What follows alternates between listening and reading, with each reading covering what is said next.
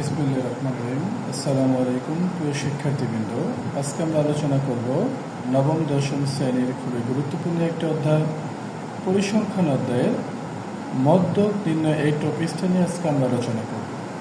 যখন আমাদের সারণী আকারে কোনো প্রশ্ন দেওয়া থাকে, ছক দেওয়া থাকে, সেখানে যখন আমাদেরকে মধ্যক নির্ণয় করতে বলে, তখন আমরা কীভাবে মধ্যক নির্ণয় করব সেই বিষয় নিয়ে আজকে আমরা আলোচনা করব।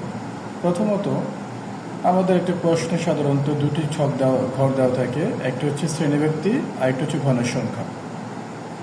আমাদের যে কোনো সংখ্যাই দেওয়া থাকুক না কেন, আমাদের এই সারণী আকারে মধ্যক নির্ণয় করার জন্য সাধারণত আমাদের তিনটি ঘর প্রয়োজন। আমাদের কলাম আকারে তিনটি ঘর প্রয়োজন। একটা হচ্ছে শ্রেণীব্যক্তি, ঘনের সংখ্যা, ক্রমযুক্ত ঘনের সংখ্যা।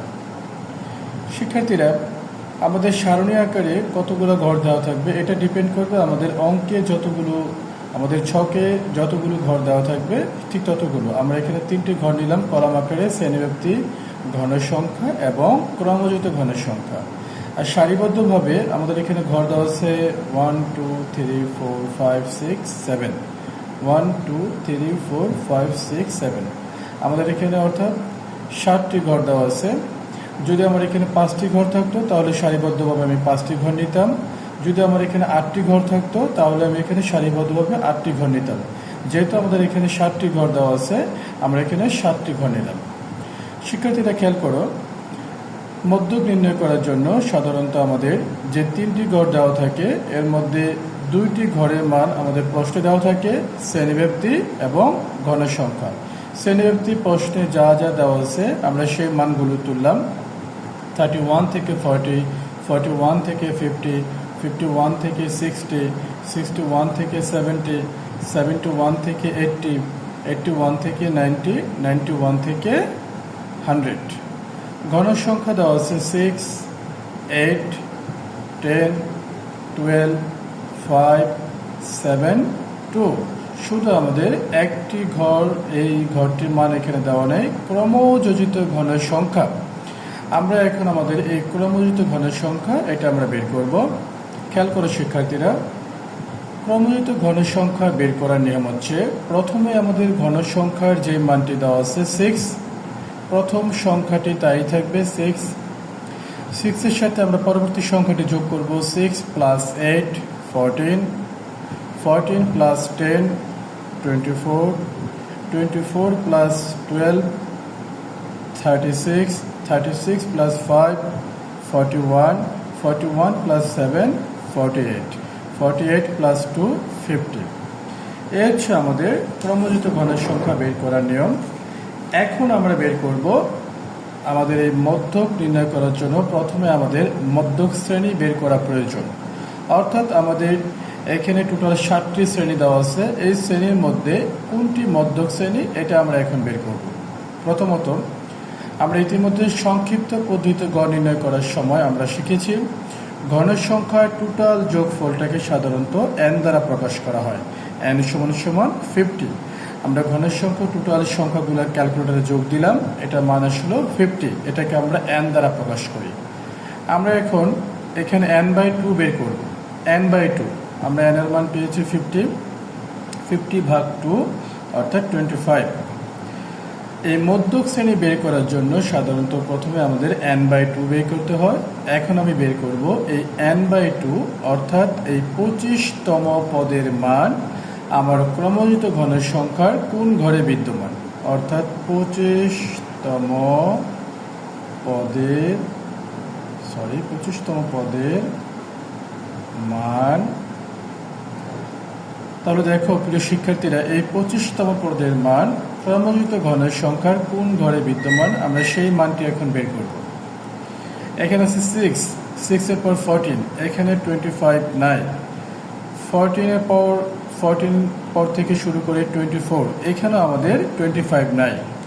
24 থেকে পরবর্তী সংখ্যা থেকে শুরু করে 36 পর্যন্ত, অর্থাৎ এর মধ্যে আমাদের 25 বিদ্যমান। তার মানে শিক্ষার্থীরা আমরা পেয়ে গেলাম আমাদের 25 কোন ঘরে বিদ্যমান। আমাদের 25 এততম পদের মান সাধারণত এই শ্রেণীতে বিদ্যমান।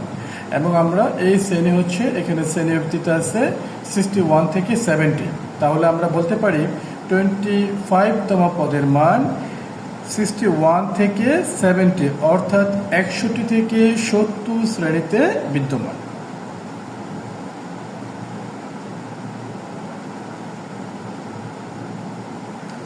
শিক্ষার্থীরা খেয়াল করো, যেহেতু n/2 এই 25তম পদের মান আমাদের এই 61 থেকে 70 61 থেকে 70 এই শ্রেণীতে বিদ্যমান, সুতরাং অতএব আমাদের এই মধ্যক শ্রেণী হচ্ছে মধ্যক শ্রেণী হচ্ছে 61 থেকে 70। তাহলে এই মধ্যক নির্ণয় করার জন্য আমাদের প্রথমে বের করতে হবে মধ্যক শ্রেণী। আমরা ইতিমধ্যে আমাদের মধ্যক শ্রেণী পেয়ে গেলাম 61 থেকে 70, অর্থাৎ এই শ্রেণীটা হচ্ছে আমাদের মধ্যক শ্রেণী। শিক্ষার্থীরা এখন আমরা বের করব এই মধ্যকের বের করার জন্য আমাদের প্রথমেই খেয়াল করতে হবে মধ্যকের সূত্র কি। আমরা একটু মধ্যকের সূত্র লিখে নেই, অর্থাৎ নির্ণয় মধ্যক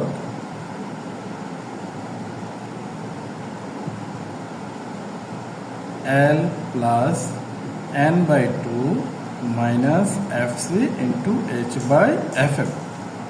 প্রথমত আমাকে এই মধ্যকের সূত্র খেয়াল করতে হবে।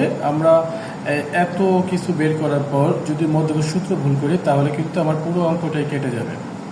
খেয়াল করো প্রিয় শিক্ষার্থীর, এখানে আছে L plus n/2 minus fc into h/fm। এখন এই সূত্রের মধ্যে যে মানগুলো আছে আমি আমার এখন সেই মানগুলো এখন বের করব। শিক্ষার্থীরা খেয়াল করো, প্রথম হচ্ছে আমাদের L এর মান। এখানে আমরা আগে Lটা বের করব। Lটা আমরা কোথায় পাবো?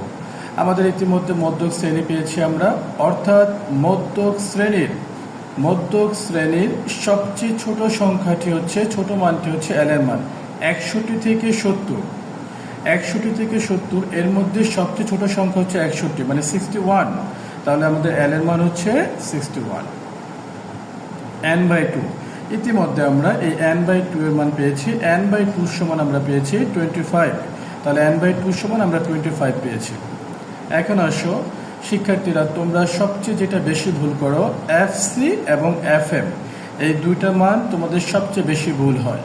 খেয়াল করো প্রিয় শিক্ষার্থীরা, fc হচ্ছে আমাদের মধ্যক শ্রেণী হচ্ছে 61 থেকে 70, অর্থাৎ এই শ্রেণীটা হচ্ছে আমাদের মধ্যক শ্রেণী। এই মধ্যক শ্রেণীর তার আগের ঘরটা হচ্ছে এই শ্রেণীটা। মধ্যক শ্রেণীর তার আগের শ্রেণীর ক্রমযুক্ত ঘন সংখ্যাটা হচ্ছে আমাদের fc। শিক্ষার্থীরা খেয়াল করবে, মধ্যক শ্রেণী হচ্ছে আমাদের যে ঘরটা, তার আগের ঘরের ক্রমযুক্ত ঘন সংখ্যাটা হচ্ছে আমাদের fc এর মান। তাহলে আমাদের এখানে মধ্যক শ্রেণী হচ্ছে এই ঘরটি, তার আগের ঘর হচ্ছে, পূর্বের ঘর হচ্ছে এটা, এই ঘরের ক্রমযুক্ত ঘন সংখ্যা হচ্ছে 24। তাহলে আমরা fc সমান কি পেলাম? 24। এরপর সুপ্রিয় শিক্ষার্থীরা fm হচ্ছে আমাদের যে ঘরটা মধ্যক শ্রেণী, সেই মধ্যক শ্রেণীর ঘন সংখ্যাটা হচ্ছে আমাদের fm, অর্থাৎ মধ্যক শ্রেণীর ঘন সংখ্যা, এটা হচ্ছে আমাদের fm সমান, তাহলে আমাদের মধ্যক শ্রেণী হচ্ছে এই ঘরটা, এই ঘরের ঘন সংখ্যাটা হচ্ছে fm। তাহলে আমরা fm সমান পাইলাম 12 মানে 12। এখন দেখো h, ইতিমধ্যে আমরা সংক্ষিপ্ত পদ্ধতিতে গড় নির্ণয় করার সময় আমরা h পেয়েছি। h হচ্ছে শ্রেণী ব্যবধান, অর্থাৎ আমাদের এখানে প্রথম ব্যবধান হচ্ছে 31 থেকে 40। 31 থেকে 40 এই 31 থেকে 40-এর মধ্যে আমরা 31 থেকে 40 পর্যন্ত গণব। এর মধ্যে আমাদের ব্যবধান পেলাম 10 মানে 10। তাহলে আমরা h এর মান পেলাম 10। এই হচ্ছে আমাদের ব্যবধান। শিক্ষার্থীরা খেয়াল করো, আমাদের মধ্যক শ্রেণীর সূত্রে যে মানগুলো প্রয়োজন ইতিমধ্যে আমরা সেই মানগুলো বের করেছি। এখন আমরা এই মানগুলো এখানে বসাবো। L সমান হচ্ছে 61, n/2 আমরা n/2 পেয়েছি 25, আমরা fc পেয়েছি 24, এটা একটা ফার্স্ট ব্র্যাকেট আছে, আমরা ব্র্যাকেট সহ দিব। আমরা h এর মান পেলাম 10, আমরা fm এর মান পেয়েছি 12। দেখো প্রিয় শিক্ষার্থীরা, আমাদের প্রথম হচ্ছে আমরা এখানে ফার্স্ট ব্র্যাকেটে কাজ করব 25 থেকে 24, অর্থাৎ 25 থেকে 24 বিয়োগ দিলে থাকে 1 ইন্টু আমরা 10/12 মানে 10কে আমরা 12টা ভাগ দিব। 10কে আমরা 12টা ভাগ দেওয়ার পর পেলাম 0.83 মানে 0.83। তাহলে আমরা শিক্ষার্থীরা খেয়াল করো, আমরা ইতিমধ্যে পেয়ে গেলাম যে আমাদের 25 থেকে 24 মানে 25 থেকে 24 বিয়োগ দেওয়ার পর 1, আমরা 10কে 12 দ্বারা ভাগ দিলাম, আমরা এটা পেলাম 0.83। প্রিয় শিক্ষার্থীরা খেয়াল করো, আমরা বলেছিলাম যে আমাদের সব সময় এই যে আমরা এই জায়গাটিতে এসে তোমরা ভুল করো, অর্থাৎ 61-এর সাথে তোমরা 1টা যোগ করো। আমরা ইতিমধ্যে সংক্ষিপ্ত পদ্ধতিতে গড় বের করার সময় বলেছি যে আমাদের সরলের নিয়ম হচ্ছে আগে ভাগের কাজ, তারপর গুণের কাজ, যোগ বিয়োগটা আমাদের পরে। সুতরাং এটা যদি তোমরা এখন যোগ করো তাহলে কিন্তু তোমাদের সম্পূর্ণ অঙ্কটাই কাটা যাবে। তাহলে আমরা এই যোগটা পরে করব, আগে আমাদের গুণের কাজ করতে হবে। আমরা 1-এর সাথে 0.83 গুণ দিলে কি হবে, অর্থাৎ 1-এর সাথে আমরা যে সংখ্যায় গুণ করি না কেন সেই সংখ্যাটি হয়, তাহলে 0.83। এখন আমরা এই দুটা যোগ দিব, 61 প্লাস 0.83, এটা যোগ দিলে হচ্ছে 61.83। এ হচ্ছে প্রিয় শিক্ষার্থীরা আমাদের মধ্যবিন্দু। সবাইকে ধন্যবাদ।